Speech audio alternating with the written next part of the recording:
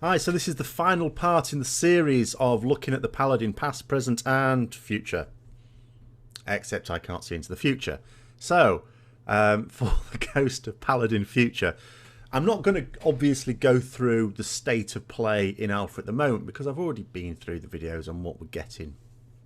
But it's more to sort of focus on how it's going to affect our gameplay and what I'm still hoping is going to come. Now, ultimately, focusing mostly on Retribution, but I'll talk about the other two specs as well. Now, of course, Holy and Protection are going to be doing without Holy Power. And I think for them that works really well, but I like it for Ret. There are some people who don't particularly like the system for Retribution. I absolutely do. I think a resource system like that works pretty well. I have to say, I know there are some times when it does our heads in, but, you know, lots of classes will have something like that. I quite like it. I think it's a lot more interesting than being purely time-based. I think it works better than most other classes. The rogue maybe, you know, rogues have a proper dual resource system because they have energy and combo points. But does that make it much more interesting? I'm not so sure it does. So I like it for that. But it was never good for Holy and it was never good for Protection. Holy, healing. Now, I haven't healed in a very long time as a main. So I am not... I mean, I like to take an interest in various roles. But I don't have a real good insight into healing in progress raiding these days. But I used to heal. And I'm sure the principles are still the same. In that healing is effectively putting the right heal on the right target at the right time. That's what it used to be. It couldn't be anything else the way Holy Paladins were back in the day when all you had was Holy Light and Flash of Light and a useless Holy Shock and Lay on Hands for uber emergencies. But that's still the case now. So if you have this Holy Power getting in the way, it means you don't have access to the right heal at that time if you have to react very quickly. So you're getting into much more of a rotation, which doesn't feel right at all for healing. Healing should, okay, it's not all reactive, it wants to be as much proactive as possible, but it shouldn't be a rotation, a set rotation. Not that it's, I'm not saying it's a set rotation, but you get into a bit of a pattern of it, of building your Holy Power and then having to spend it. And then what if you don't need, you know, what if you don't need the things that you can use Holy Power for a little while? Are you just wasting it? You're going to carry on using Holy Power generators? Doesn't feel right at all. So that, I think, will make a big difference. Their moves to try and get Holy Paladins to centre themselves in melee, although you can see where they're going with it, one, I'm not utterly convinced it's actually going to happen. And even if it does happen, they're still going to be healing in there. I know they're wearing plate. But you know, I mean, a PvE situation, you're not getting hit. PvP maybe opens itself up to some more interesting situations. But I'm not convinced by that. I'm also just not convinced that you're going to have to be in melee as a Holy Paladin either, looking at it so far. But of course, so many things to change. Protection Paladin, again, I didn't think really needed the Holy Power. It just gets in the way. Tanking these days, I mean, back a long time ago, tanking was effectively standing in the right place, orientating whatever you were tanking the right way, and that was basically it, generating lots of threat. It wasn't actually hugely complicated. That being said, there were good tanks and bad tanks, and you could tell the difference. But it was, I think with tanking, anyone could do a reasonable job of tanking.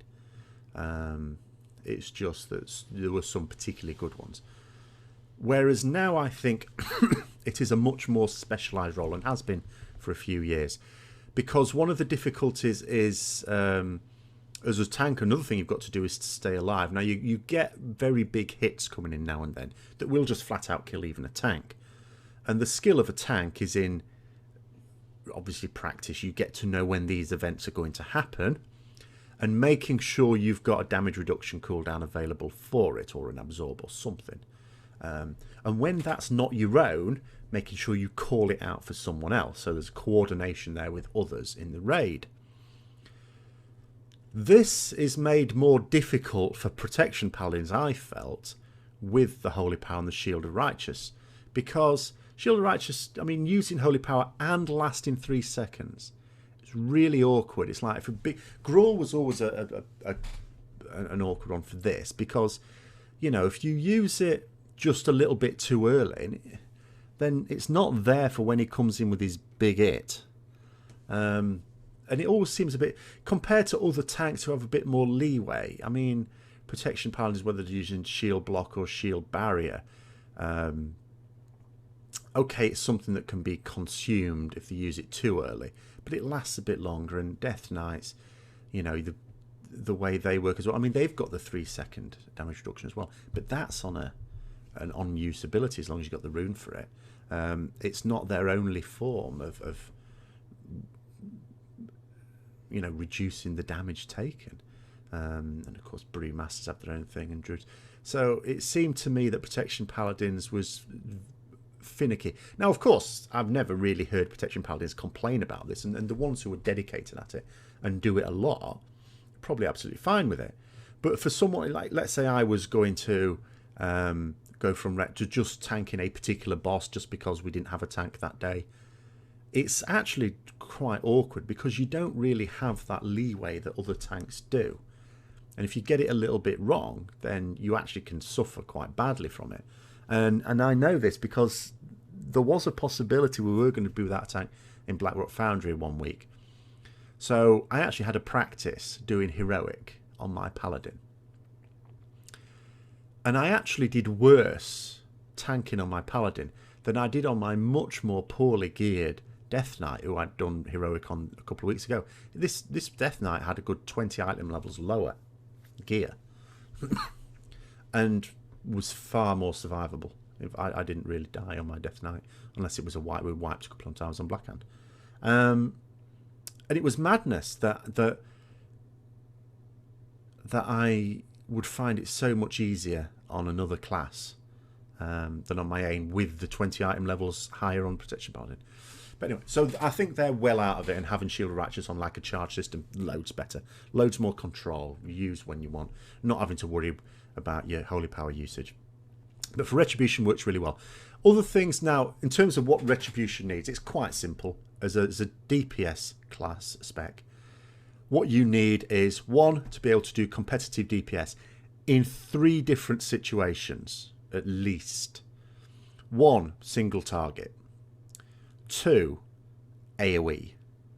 Now that could just be the whole fight is AoE, a bit like Hellfire Assault or Blast Furnace, or it could be that it's short bursts, for example, imps coming in on Manaroth and Zul'Harak and that sort of thing.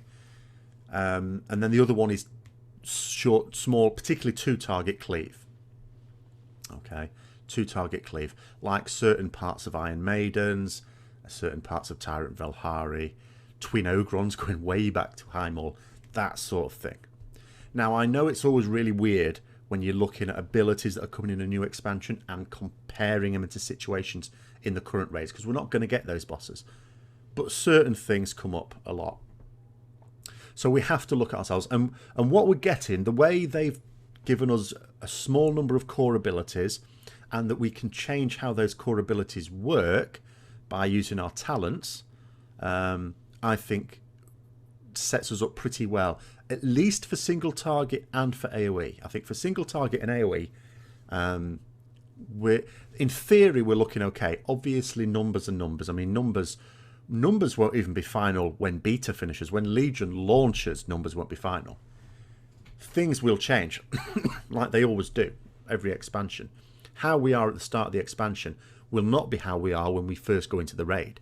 And how we are when we first go into the raid, when the raids open up, won't be how we are the following week when we're going into Mythic. It'll just change.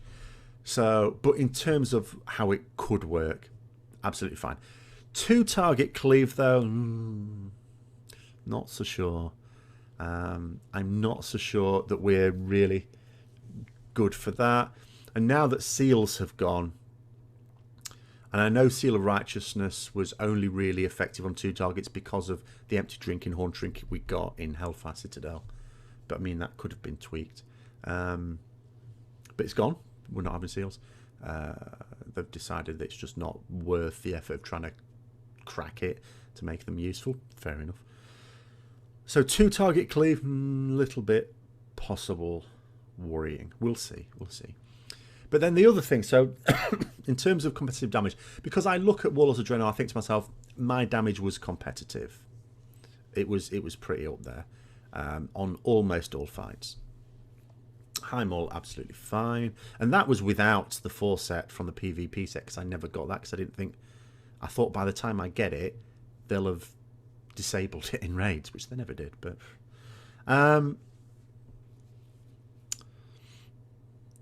Blackrock Foundry, again, I was absolutely competitive. Apart from Iron Maidens and Blackhand, but then Blackhand I didn't get to do much damage. I mean, actually, Retribution Paladins can be competitive on Blackhand. It's just that you always get the jobs. Most Retribution Paladins got the jobs of, or I did anyway, of things that require you not to be near the boss. So soaking the fire, baiting the fire, getting in smashers after the first couple of kills, all that sort of thing. But up until then, it was absolutely fine. Then, as we were leading from Blackrock Foundry to Hellfire Citadel, started to do badly compared to other classes because we didn't scale very well with the gear. So as we did better with when everyone had crap gear. When we all started to get better gear, we didn't scale as well. Hellfire Citadel doesn't seem so bad. I don't feel that I'm scaling poorly with the extra item level at the moment. It's always you're always a bit wary. We'll see how it goes. But so far, and I can't be far off, pretty good item level. I'm on 642-ish at the moment. Do I mean 642? I think I mean 742, sorry. So that's getting up there. But scaling is more of an issue for guilds that are further behind on progress. Because, of course, as I was doing badly with the scaling, I'd finished it. We're on farm. It wasn't a big deal. But for paladins who are in guilds who are still progressing, that's a big deal. It's a bit of a big deal. So, but that is a worry, but it's the least of my worries. From my point of view, it's will remain competitive. And then the other thing you need, of course, I bang on it all the time, is utility. We need utility that will get us into the raid. Not utility that other people bring. The utility we have at the moment was brought by Holy Paladins and Protection Paladins. And you would have a Holy Paladin there because it's very strong. And a lot of guilds have Protection Paladins as well. And also, and then the utility that we brought that was useful a lot, like Hand of Sacrifice, was also brought by other classes in effect. Yes, our Hand of Sacrifice could also dispel, but quite frankly, that could be a disadvantage. On like Council, for example, Hellfire Council, you have to be very, very careful if someone asks for your sack. And so, you have to check to make sure that they didn't have the mark, because some people forget that the Retribution Hand of Sacrifice has a dispel attached to it. But then we're not having Hand of Sacrifice anymore. That's going. It's gone. It's gone. But in its place are like blessings, buffs. So we can actually buff the power of other people in the raid. And it is unique. Holy Paladins, Protection Paladins are not getting it. And I hope it stays that way. Nothing's ever set in stone for a while yet. But that would be interesting. Is it powerful enough that people will say we need a Retribution Paladin in? If so, then that's what we need. I would still feel more comfortable with Devotion Aura as well, so that we've got that defensive cooldown. Because sometimes people like to load up on those, because if there's a particular part of the fight where there's a lot of raid-wide damage and you just can't get through it, people like to make sure they've got some spares of those, because it's all right having the bare minimum, and then what if someone dies? And I know you shouldn't design strategies on someone dying, but it can happen, and you want to push further into the fight. So a raid-wide defensive cooldown, even if it was area-bound like Smoke Bomb, although I think rogues are losing Smoke Bomb from memory. But even if it was something like that, that would be okay. But Devotion Aura, especially the new Devotion Aura, which is going to reduce all damage, magical and physical. But at the moment, Holy Paladins still have it. But if we had that as well, that would definitely seal the deal, I feel. And I don't think that we would be in as much of a problem. Because it is a bit of a problem, and it's been the bane of my life as a Retribution Paladin. Sometimes it has got to the point where I've thought it's more effort than it's worth. Having to constantly be justifying my position in a raid, even when I'm doing good damage. You know, even when I'm like in the top 5 on damage, to feel that I have to justify my position in the raid is borderline ridiculous. But I'm not saying we definitely need the raid-wide cooldown. What we are getting at the moment with the blessings may well be enough. It just depends on how everyone else views them, and how effective they end up being. Because at the moment it's really just blessing and might that looks powerful. But those, anyway, that short one. Those are my feelings on where we are, how we're looking for Legion, and what I'm still hoping for. And then the one big thing that's going to be coming with Retribution Paladins, of course, everyone's going to get the artifacts. But the Ashbringer, of course, is like, for my money, king of the heap in terms of legendary weapons and artifacts just in the World of Warcraft. So, yeah, getting that. It actually makes me a little sad that I'll be going into this expansion. You know, last expansion I went into it on a PvP realm for the first time ever. This expansion is going to be a PvP realm and as Horde. I am a little bit sad I'm not going to be going in as human from an RP point of view.